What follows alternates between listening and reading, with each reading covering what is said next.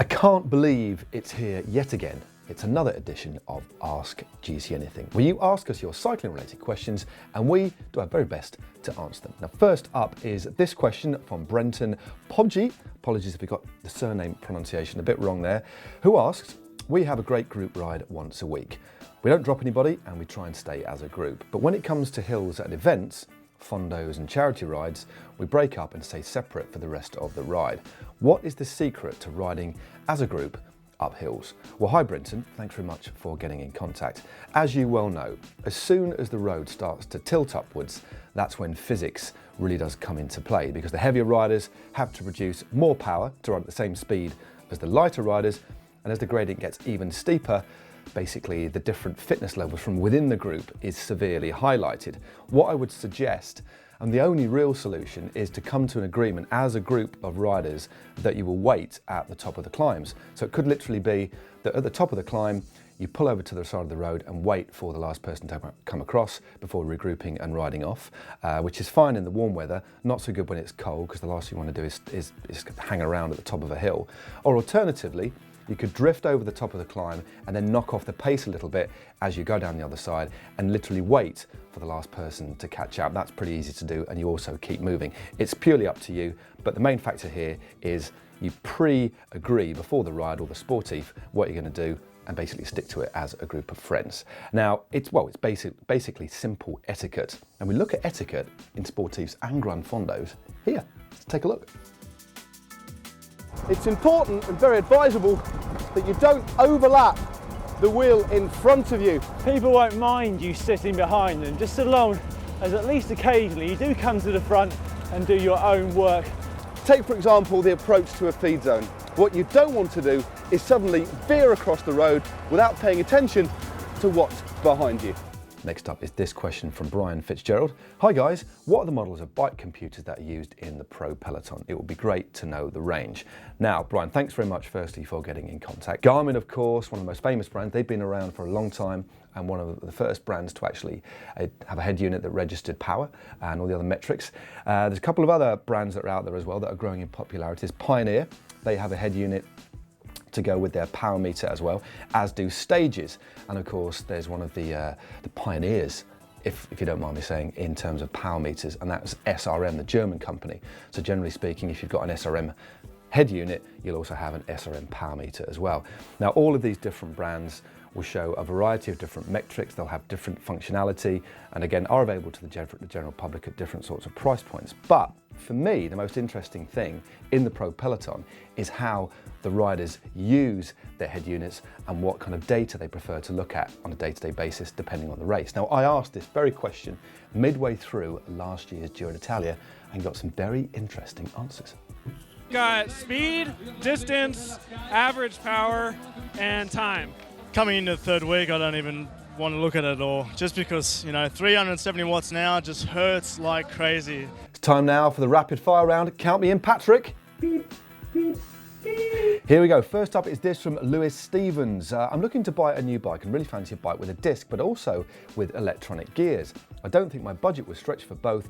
What would I best be doing? Getting a bike with disc and upgrading later to electronic gears. Definitely get a bike with discs first. More and more bikes are coming equipped with discs as standard, but just make sure that the frame has an option to route the cables internally. That's the key thing, but definitely discs first, and then when you've saved up a bit of cash, get the electronics later.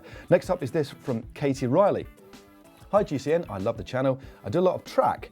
My local track is outdoors. We all sit on the grass, which can be very soft and muddy. In between the track and grass is gravel. Both the mud and gravel get stuck in the cleats, which can be a nightmare getting them off. Is there anything I can do to make changing cleats easier? Katie, you've sent this in a couple of times, so that's why I put it in the show this week. Best thing to do, it's nice and simple, is carry a spare pair of trainers with you and just swap around. So don't walk around in your cycling shoes, especially if you're in and off the track.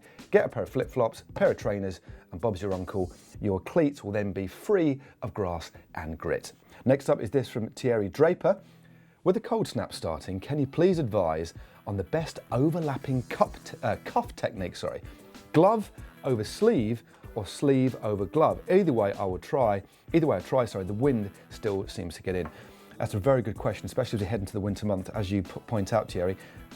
I would always go for the cuffs over the cuffs of your jacket, because that's generally the way the wind comes. If you have the cuffs the other way around, like over the glove, the wind's going to go in that way. And that, since the years dot basically, is the way I've always worn gloves in the winter.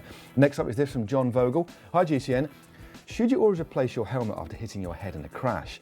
I got hit by a car and landed squarely on the top of my head. The exterior of the helmet looks fine and the interior is not obviously cracked, thanks. John, I would change it. I would stick with the advice of the helmet manufacturers. If you have a heavy fall, I would replace your helmet because you might not be able to see the sort of cracks inside.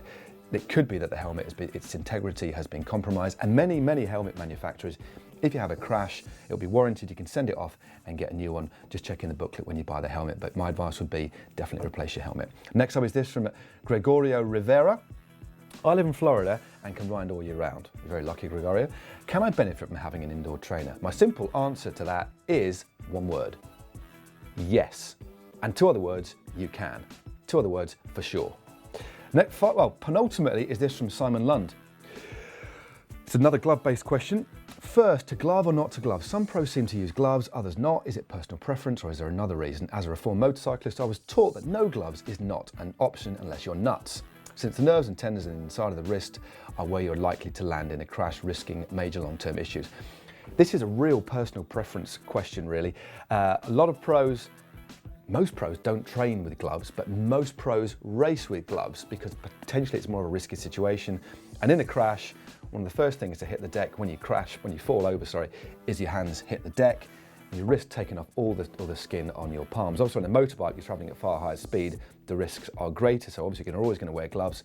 But you do see some pros, even in Paris-Roubaix, Tom Bonin doesn't wear gloves, that's personal choice. But for me, train with no gloves and a race with gloves, it's purely a matter of choice. And finally, before I lose my breath, is this from Oliver Tonda. Hey, does water damage my bike? I need to train for the winter and really want to get those precious kilometres in. However, I'm scared of my bike getting damaged. For the record, they haven't started putting salt on the road, so water really is my biggest issue.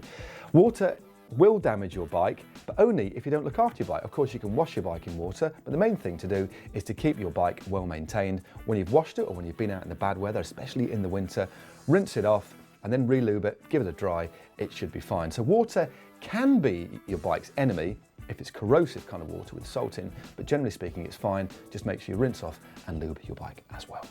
A little bit exhausted after that rapid fire round, so we'll slow things down with this question from Barney Andrews, who asks, I'm interested in the FTP thing, FTP being functional threshold power. I'm 97 kilograms and I've done my FTP twice and my best has been 185 watts. All the info I can find is that this result is lame. How lame is it though? If I weighed 77 kilograms and did the same test with the same power I have right now, would my FTP be much higher? I get nailed on the climbs, but seem to find plenty of people behind me on the flat. Well, Barney, thanks very much for getting in contact. But first up, before I answer your question, let's get rid of the word lame here. Your FTP, 185 watts, isn't lame at all. The most important thing, like the rest of us, is that you ride a bike. So let's just put that lame thing to one side. So don't worry about that. But to answer your question, if you were to drop 20 kilograms and get down to 77 kilograms and still produce the same power, your functional threshold power would remain exactly the same, because that, to explain it, is the amount of power that you can sustain for an hour. That is the measure of FTP. So your weight, if your power stays the same, is kind of irrelevant, although you will get slightly more efficient. One thing that will change is your power to weight ratio. Now, power to weight ratio is basically the watts that you can produce per kilogram of body weight.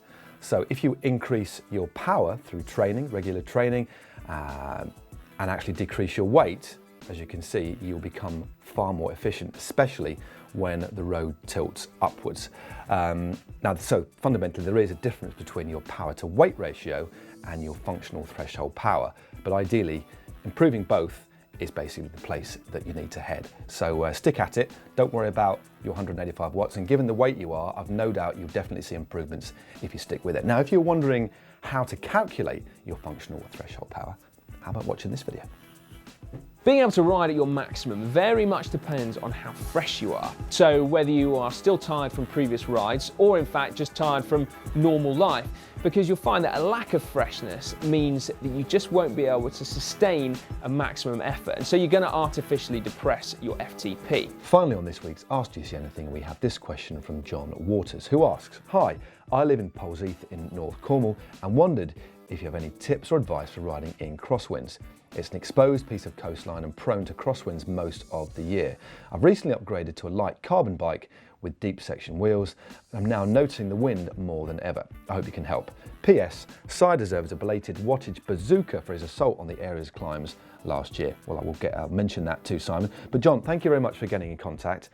Cornwall, though, absolutely stunning place, and it is a place that will always have a place in my heart. It was where I spent a lot of holidays as a kid. It's where my dad's from, and I've spent a long time there on holidays and actually riding my bike as well. The big issue here, I think, is the fact that you've got deep section rims. Most of us ride now on carbon frames, right, light aluminium frames, and that shouldn't cause you too much problem at all.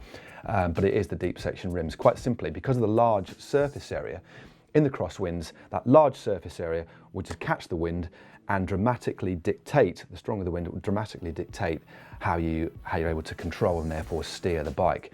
So my suggestion would be to invest in a relatively cheap, shallow section set of wheels to make your riding in the exposed coastal areas far more easier, and actually, to be honest with you, far safer. And then maybe save the deep section wheels for days when it's relatively still, although I understand they're few and far between in that neck of the woods, or for when you're riding primarily inland. So that, I think, will solve your problem. Now, for some more tips on riding in the dreaded crosswinds, how about checking out this video? Ride behind and slightly off to the left or the right, depending on the wind direction. What you can also do is gang up with your teammates and launch a combined attack. So 4 or 5 of you could rotate through, but stick everyone else in the gutter, meaning that you may well be able to drop riders far stronger than you and force a split. Well, there you go. That's it for yet another edition of Ask GCN Anything. Please do keep your questions coming in using the hashtag TalkBack in the comment section and also across on social media as well. And if you haven't already subscribed to the Global Cycling Network, you can do so for free by clicking on the globe, and that way you won't miss another one of our videos. Now, talking of videos, as we head into the winter months, how about clicking just down here for our top 7 winter training mistakes, or click just down here for our indoor training session with Team Sky.